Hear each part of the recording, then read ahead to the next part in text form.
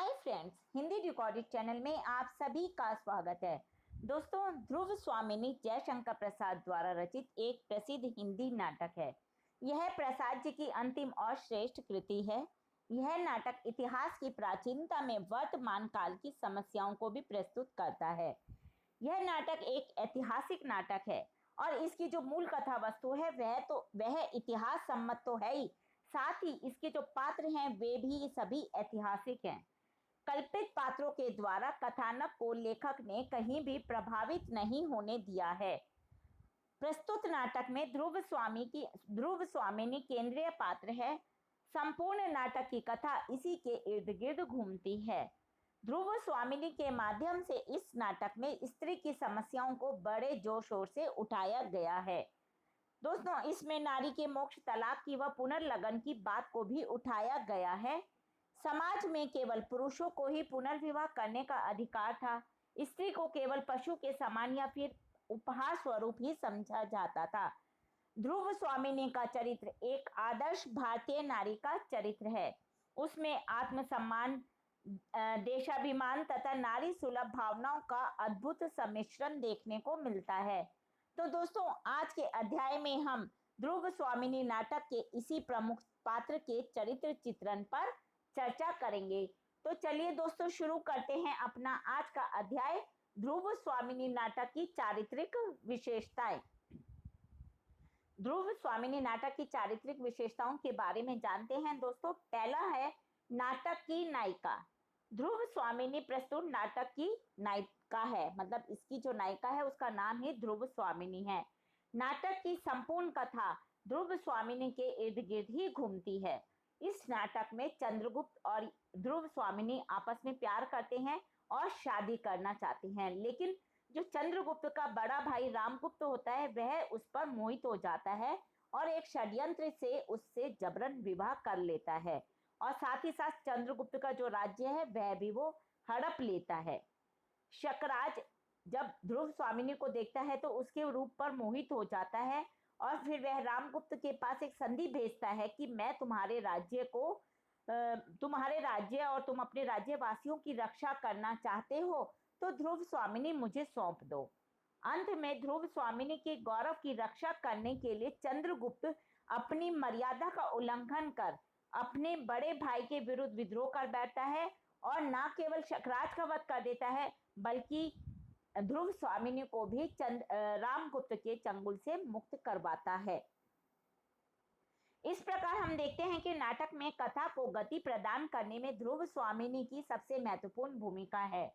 वह नाटक के नायक चंद्रगुप्त को उसकी वीरता, पराक्रम, शौर्य और कर्तव्य की याद दिलाती है। साथ ही साथ दूसरी ओर नाटक के खल पात्र रामगुप्त और शकराज के कार्य व्यापारों को निर्देशित करने में भी उसकी एक अहम भूमिका है। वह एक सच्ची प्रेमिका होने के साथ साथ सदियों से नारी के प्रति हो रहे अत्याचारों का विरोध कर नाटक के एक अन्य उद्देश्य, क्या उद्देश्य है दोस्तों? नारी स्वतंत्रता व उसके अधिकार को भी उजागर करती है। दोस्तों, अद्वितीय सुंदरी जो ध्रुव स्वामिनी है यह बहुत ज्यादा सुंदर होती है, अप्रतिम सौंदर्य की मूर्ति है। उसकी सुंदरता के कारण ही चंद्रगुप्त उससे प्यार करता है और रामगुप्त बलपूर्वक उससे शादी कर लेता है। और यही होता है, जब शकराज उसे देखता है तो वह भी उस पर मुग्ध हो जाता है और एक संधि प्रस्ताव के द्वारा उसे हासिल करना चाहता है। अगर ध्रुव स्वामिनी उसे, वो कहता है कि यदि ध्रुव स्वामिनी उसे भेंट में दे दोगे तो वह युद्ध समाप्त कर देगा। वह इतनी सुंदर था कि उसकी सुंदरता ही उसकी दुश्मन बन जाती है। परंपरागत अबला नारी। नाटक के आरंभ में ही हम देखते हैं कि ध्रुव स्वामिनी एक अबला नारी प्रतीत होती है। उसकी वो प्यार तो करती है चंद्रगुप्त से, लेकिन उसे शादी करनी पड़ती है रामगुप्त से। बिना कोई विरोध किए वह अपने आप को नई परिस्थितियों के अनुसार ढालने की कोशिश करने लगती है, लेकिन फिर भी दिल से कभी भी रामगुप्त को अपना पति स्वीकार नहीं करती। लेकिन अचानक जब शकराज उसको उपहार स्वरूप मांगता है तो और कायर रामगुप्त उसे उपहार में देने को तैयार हो जाता है तो वह एकदम टूट जाती है और रामगुप्त के सामने प्रार्थना करती है कि वह उसे वहां ना भेजे, लेकिन रामगुप्त उसके जो प्रस्ताव को है उसके अनुनय विनय को ठुकरा देता है और यहाँ भी ध्रुव स्वामिनी की हम कमजोरी ही देखते हैं। और अंत में जब रामगुप्त नहीं मानता तो वह सोचती है कि वह आत्महत्या कर लेगी, उसके लिए वो तैयार हो जाती है। दोस्तों, ध्रुव स्वामिनी व्यवहारिक एवं बुद्धिमान भी है। रामगुप्त को पति के रूप में स्वीकार करना उसकी व्यवहारिकता का ही एक परिचय है। नाटक के आरंभ में वह खड्गधारणी स्त्री के समक्ष अपने हृदय की सभी बातों को नहीं बताती, वह अपने हृदय के भावों को किसी ढंग से छुपा कर रखती है। शकराज के शिविर में जब वह पहुंच जाती है तो वहां भी वह बुद्धिमता से ही काम लेती है और अंत में शकराज का वध करने के लिए चंद्रगुप्त का साथ देती है। सामंत कुमारों तथा प्रजा को अपने पक्ष में करना भी उसकी बुद्धिमता का ही परिचायक है। और सबसे बड़ी बात है कि धर्म गुरु भी उसके तर्कों को सुनकर उसे रामगुप्त से संबंध विच्छेद करने और चंद्रगुप्त से पुनर्विवाह करने की आज्ञा दे देते हैं। दोस्तों, इन सब के अलावा ध्रुव स्वामिनी एक दुविधाग्रस्त नारी भी है। वह प्रेम तो चंद्रगुप्त से करती है लेकिन शादी उसे रामगुप्त से करनी पड़ती है। वो उसका विरोध करना चाहती है लेकिन नहीं कर पाती। रामगुप्त की कायरता और निर्बलता और दूषित मानसिकता का भी वो विरोध करना चाहती है लेकिन नहीं कर पाती। चीख चीख कर वो दुनिया को बताना चाहती है कि वह चंद्रगुप्त से प्यार करती है, लेकिन वो ऐसा भी नहीं कर पाती। लेकिन इतना होने के बावजूद नाटक के अंत में वह खुलकर रामगुप्त का विरोध भी करती है और चंद्रगुप्त से प्यार को भी वह स्वीकार करती है। ध्रुव स्वामिनी नारी सुलभ गुणों से युक्त है। चंद्रगुप्त से प्रेम करना और चाहकर भी उसे ना भुला पाना, यह उसके सच्चे प्रेम का परिचायक है। वहीं रामगुप्त के साथ जबरन बंदी रहना भी उसकी नारी सुलभ मजबूरी को ही प्रकट करता है। साथ ही साथ दोस्तों, वह एक नारी होने के नाते क्षमा और दया की मूर्ति भी है।